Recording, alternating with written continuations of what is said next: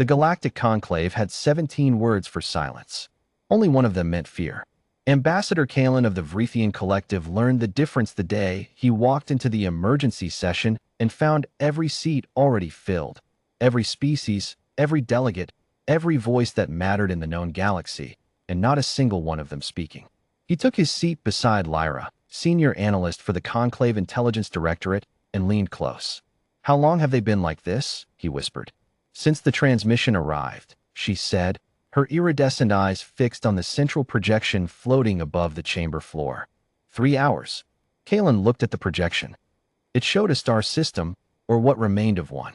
Where 7 planets had orbited a yellow dwarf star, there were now 4. The other 3 were not destroyed. They were simply rearranged. Their orbits, shifted by a civilization that had decided planetary positions, were a tactical inconvenience. The civilization in question had been at war for 11 months. The civilization in question was humanity. It had started, as most catastrophic things did, with an insult that wasn't meant to be one. The Kroth Dominion had expanded into the Kepler Fringe, a stretch of loosely populated systems that the galaxy's major powers had long considered a buffer zone. Nobody lived there in great numbers. Nobody important, anyway. The Kroth had sent colony ships, mining fleets, and eventually warships, because the Kroth believed that what they could hold was what they owned. They had not known that the humans had 17 small settlements in the Kepler Fringe, farming colonies, research outposts, a listening station staffed by 43 people. The Kroth had not destroyed these settlements. That would have been a statement. Instead, they had simply absorbed them, folded them into Kroth administrative territory, reclassified the humans living there as resident non-citizens, and sent officials to collect resource taxes from people who had built their homes with their own hands over 3 generations. The Conclave had expected a diplomatic protest, perhaps a trade dispute. Maybe, if things escalated, a small naval standoff that would resolve itself in arbitration after a few years. They had not expected humanity to declare war within 72 hours. They had not expected humanity to mean it. "Play it again," said Delegate Marin of the Soluvian Expanse. No one objected. Lyra pressed the command key, and the transmission played for the 14th time in 3 hours. It was Admiral Vasquez, commanding officer of humanity's 3rd Expeditionary Fleet. She stood on the bridge of the UNSV Reckoning, a vessel whose sheer mass had required the Conclave intelligence databases to invent a new classification category because the old ones didn't accommodate it. She was a small woman by most species standards, compact, gray-haired, with a voice like a door being shut on something that didn't want to be shut in. She said 12 words. "The Kepler Fringe is ours. We are coming to take it back." Then the transmission ended, and 11 months of war began. Kalen had read the intelligence briefings. He'd read all of them, every update, every casualty report, every strategic analysis that the Directorate had scrambled to produce as the situation evolved faster than their models could track it. He understood the numbers intellectually. Sitting in that silent chamber, looking at the rearranged star system, he finally understood them in his bones.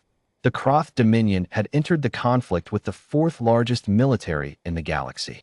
3,000 warships, 11 carrier platforms.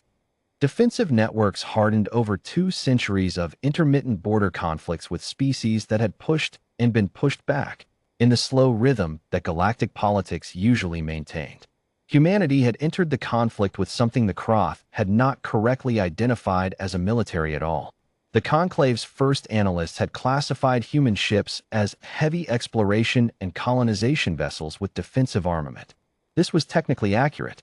It was also like classifying a siege cannon as a loud pipe with a hole in it. True, not useful. Humanity had not built a peacetime military with a wartime contingency plan. Humanity had built a civilization that was the contingency plan. Their cargo haulers had reinforced hulls because hauling cargo through unmapped space was dangerous. Their colony ships carried weapons because colonies needed protection. Their research vessels were fast because research required reaching places before other people did. Every ship they had was designed to survive something terrible happening to it. When something terrible happened, they had simply redirected.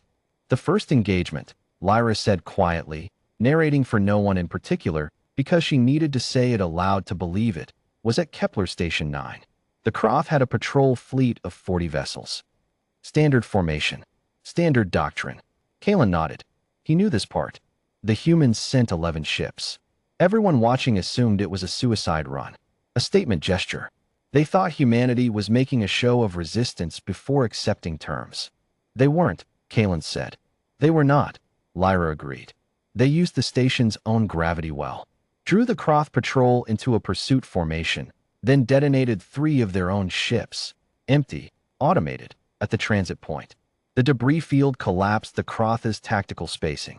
The remaining 8 human ships came in from orthogonal approach vectors and destroyed 37 Croth vessels in 6 minutes. Silence. They lost 3 ships, she continued. All automated. 0 human casualties. The Croth lost 940 crew. Kalen stared at the projection of the rearranged star system. And it escalated from there, he said. It escalated from there, she confirmed. Because the Croth did what every species does when they're losing. They committed more. More ships. More resources. They assumed humanity would eventually hit a wall. Eventually run out of something. Ships. Fuel. Will. They didn't understand. No one understood. Lyra pulled up a secondary projection. A timeline. Marked in red at every point where a conclave analyst had predicted the conflict would end. The red marks were very close together at the beginning. They spread further apart as the months passed. Each prediction revised upward, and then upward again, because humanity kept doing things that the models said weren't possible, and the models kept being wrong, and no one wanted to be the analyst who made the next prediction that humanity would simply ignore. Month 3. Humanity captured the Croth's primary fuel depot at Vasher Deep and didn't destroy it. They held it, running it at full capacity, redirecting the output to their own fleet. They had looked at the galaxy's largest Croth military installation and seen a logistics opportunity. Month 5. The Croth's allied species, 3 minor powers who had signed mutual defense treaties under the assumption that no conflict would ever actually require them to honor those treaties, sent token fleets as required by their agreements.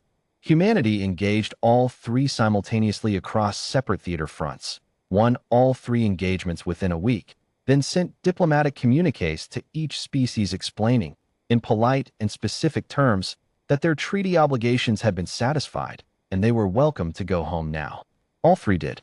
Month 7. The Croth attempted to open a second front by threatening human colony worlds in the Arcturus cluster.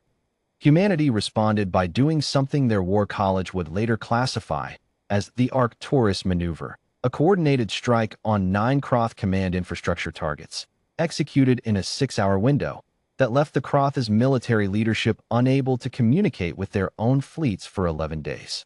The second front never opened. The commanders who had ordered it were too busy figuring out where their own ships were. Month 9, 3 planets fell. Not human ones. Month 11, the star system in the projection. They moved the planets, said Delegate Orvash of the Chethari hegemony. He had been silent for 3 hours. The words came out like something being dragged. They moved 3 planets to close a transit corridor. It was more efficient than destroying the Croth fleet positioned there, Lyra said. The corridor was the tactical problem. They solved the corridor. Orvash made a sound that had no translation in any language Kalen spoke, but he understood it perfectly. The Croth have submitted a surrender request, Lyra continued. Unconditional. Full withdrawal from the Kepler Fringe, reparations, cession of the Vasher fuel infrastructure, and formal acknowledgement of human territorial claims across the entire contested region. She paused. Humanity has not yet responded. The chamber stirred.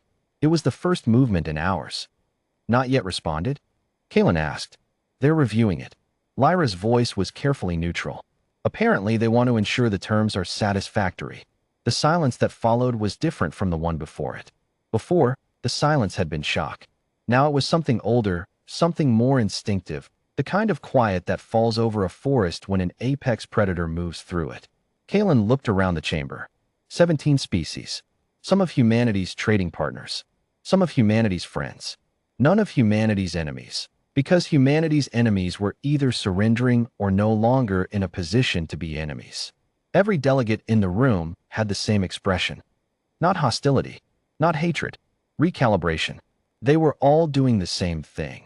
Running through their own histories, their own territorial decisions, their own moments of expansion and assumption, and asking themselves a question that should have been asked 11 months ago, before a small woman on a very large ship had spoken 12 words and meant every one of them. What exactly does humanity consider theirs? No one asked the question aloud. No one needed to. 3 days later, humanity accepted the Croth surrender. The terms were satisfactory. The planets stayed where humanity had put them,